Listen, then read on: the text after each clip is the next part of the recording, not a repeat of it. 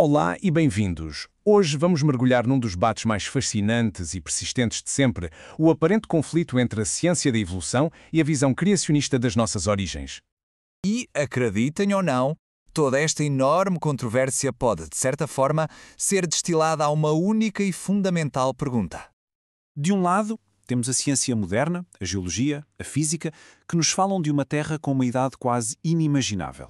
Do outro, uma leitura literal das Escrituras que aponta para um planeta surpreendentemente jovem. É um contraste brutal, não é? Então, para percebermos isto, vamos desmontar cada uma das visões.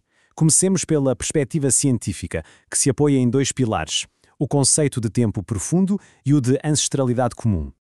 O que é que isto quer dizer, no fundo? Bem, por um lado, a ideia de que toda a incrível diversidade de vida que vemos à nossa volta veio de um único ponto de partida.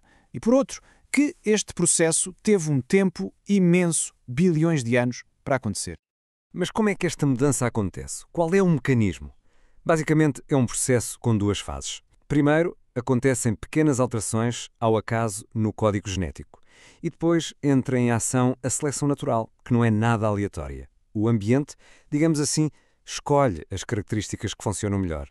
E para que não restem dúvidas sobre a importância disto para a biologia moderna, há uma citação famosa de Theodosius Dobzhansky, que resume tudo na perfeição. Para os biólogos, a evolução não é uma teoria, é a lente através da qual todo o estudo da vida faz sentido. Ok, essa é a perspectiva científica. Agora vamos virar a página e olhar para outra forma de ver o mundo: o criacionismo da Terra Jovem. E aqui, o ponto de partida não são as rochas, mas sim a interpretação das Escrituras. A base de tudo aqui é um princípio chamado inerrância bíblica. Isto significa acreditar que a Bíblia não contém erros, não só em questões de fé, mas também em história e ciência.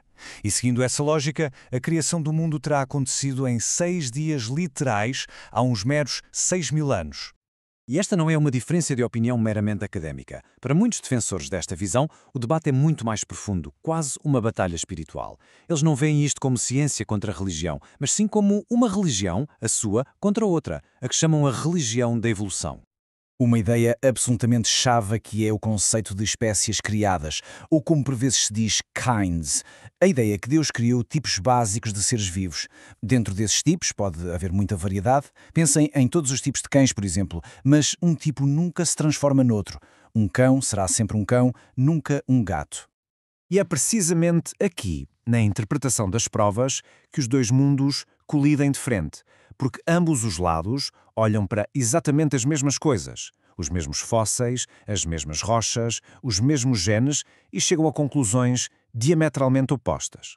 Este quadro resume o essencial do conflito. Reparem, a evidência é a mesma, mas as conclusões não podiam ser mais diferentes. A coluna geológica, para uns, é um arquivo de milhões de anos, para outros, o resultado de um dilúvio global. Não se discute a existência de fósseis, discute-se o que eles significam. Vamos a um exemplo prático: a datação radiométrica. Os criacionistas gostam de apontar para o que consideram ser falhas no método, como casos em que conchas de moluscos ainda vivos foram datadas com milhares de anos, ou rochas vulcânicas novas foram datadas como tendo milhões. Outro campo de batalha clássico são as chamadas estruturas vestigiais.